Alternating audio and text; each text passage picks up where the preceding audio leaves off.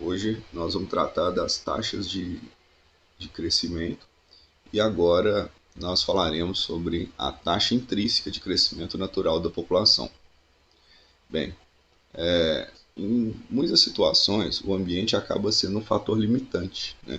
O ambiente ele é algo que, na maioria das vezes, ele tem uma interferência muito grande no comportamento dos seres vivos e o fato da densidade se tornar mais elevada torna esse aspecto, né, o aspecto ambiente, o aspecto área, né, digamos um elemento básico do nicho ecológico de qualquer espécie, algo que seja considerado um fator limitante.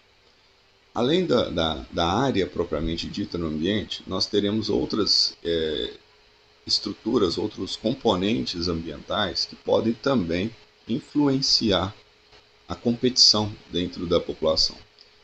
Temos o alimento, que também é um outro fator, que se não encontra-se na quantidade adequada para os indivíduos que integram a população, acaba se tornando também o fator limitante.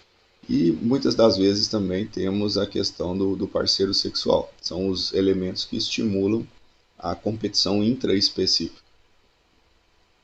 Uma condição que permite muito para que uma população cresça e só tenha a pressão desses elementos como algo a selecioná-la é muitas das vezes a ausência da predação.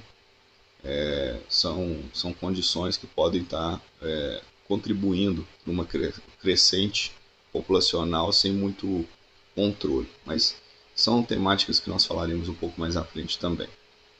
A taxa específica do crescimento ela vai se tornar máxima e constante para condições microclimáticas existentes. Cada população ela terá condições específicas que atuarão na condição de limítrofe, né, de crescimento da população, que determinará o quanto crescerá aquela população, pois dependendo da comunidade a qual está inserida, a população ela tem um desempenho diferente em relação a outra, com condições distintas em outra comunidade.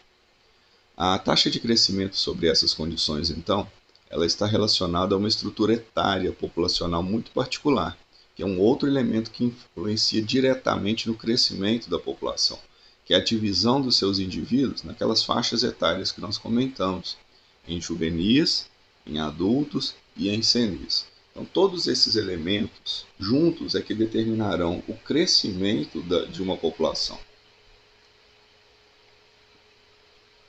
O poder inerente de uma população crescer será representado aqui nas nossas aulas pelo R minúsculo. Então, esse símbolo, a letra R no tamanho minúsculo, ela será considerada aqui nas nossas aulas o poder de crescimento da população. O valor de R, muitas vezes, ele pode ser considerado o potencial biótico ou a capacidade ou potencial reprodutivo da população. Então, no gráfico que será apresentado há pouco, o R minúsculo ele representará a capacidade reprodutiva daqueles indivíduos que compõem a população. É o número máximo de indivíduos que eles podem atingir naquelas condições ao que se refere à reprodução. Esse gráfico aqui, ele representa um crescimento populacional, né? Aqui em X nós temos o tempo e aqui em Y nós temos o número de indivíduos que compõem a população. Um dado que chama a atenção e que aparentemente não é tão importante, mas é extremamente importante, é que no nosso gráfico o tempo começa em zero, mas o número de indivíduos é impossível começar em zero. Você não tem uma população se iniciando sem um mínimo possível de indivíduos. Então, por favor, eu chamo atenção para isso, pois caso você precise desenhar um gráfico de crescimento populacional, que é o que se refere ao número de indivíduos no eixo Y, você não poderá nunca começar em zero. Tá? Não dá para começar uma população com zero indivíduos. Você percebe aqui que no início o crescimento da população ele é praticamente inexistente. E após algum tempo, esse crescimento inicia-se muito sutilmente.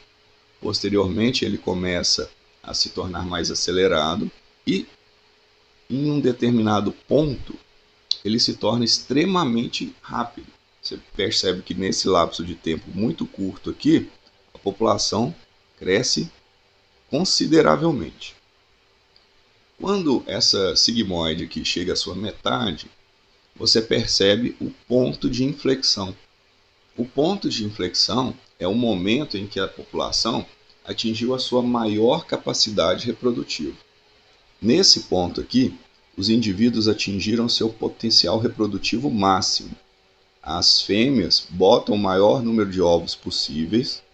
Se tratar de mamíferos, as fêmeas irão manter dentro de si o maior número de fetos possível e irão pari-los. A partir do momento que o ponto de inflexão é deixado para trás, o potencial biótico ele começa a diminuir. E o crescimento da população começa a diminuir também. Isso por quê? Porque a população começa a sentir as pressões ambientais. A partir do momento em que essa curva vai chegando próximo de cá, que eu acredito que você se lembre, que é a capacidade de suporte do ambiente, esse ambiente começa então a exercer uma pressão sobre aquela população. O alimento começa a se tornar um pouco mais limitado, mais difícil de ser adquirido. O espaço começa a ser disputado. Então, a partir daqui, nós já temos uma competição intraespecífica mais presente. E quando ela então se torna mais acentuada, quando os limites daquele ambiente, os limites de recurso daquele ambiente são atingidos, a população inicia uma estabilização respeitando a capacidade de suporte.